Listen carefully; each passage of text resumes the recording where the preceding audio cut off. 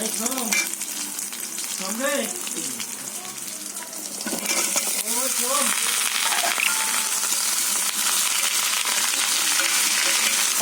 তরকারি, কাঁঠালের ইঁচড় নিশ্চয়ই আপনারা খেয়েছেন।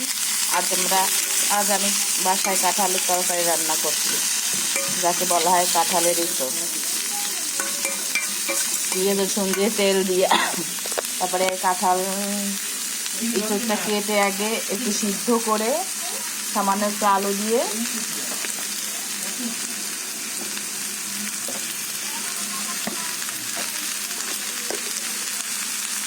তারপরে পরিমাণ মতো লবণ মরিচ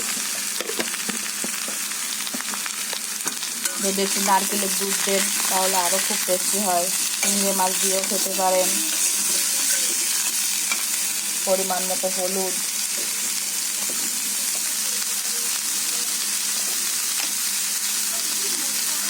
ঘরে যদি শত্রু থাকে বেশি করে কাঁঠালের তরকারি রান্না করবেন, ইঁচড় দেখবেন শত্রু চলে যাবে।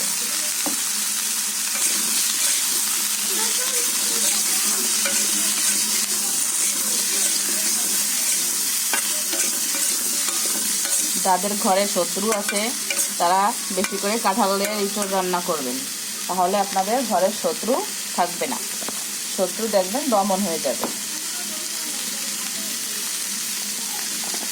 এই জন্য প্রত্যেকের ঘরে কাঁঠালের ইঁচড় রান্না করা উচিত। এবার দিলাম মরিচের গুঁড়া,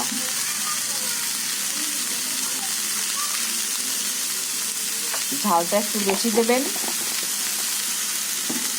তাহলে খেতে অনেক মজা পাবেন।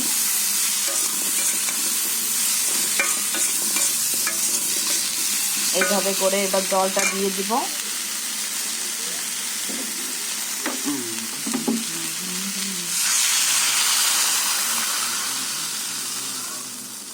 পরিমাণ মতো জলটা দিতে হবে, কারণ যেহেতু কাঁঠালটাকে একটু সিদ্ধ করা।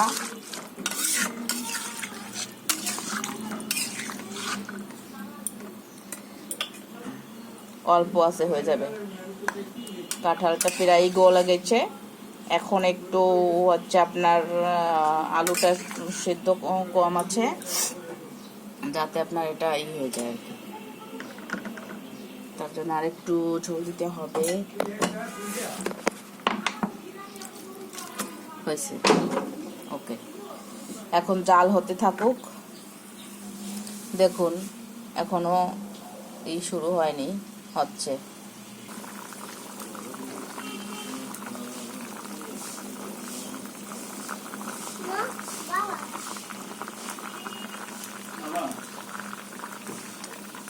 দেখুন আস্তে আস্তে ঝোলটা কাজ সুন্দর হয়ে যাচ্ছে।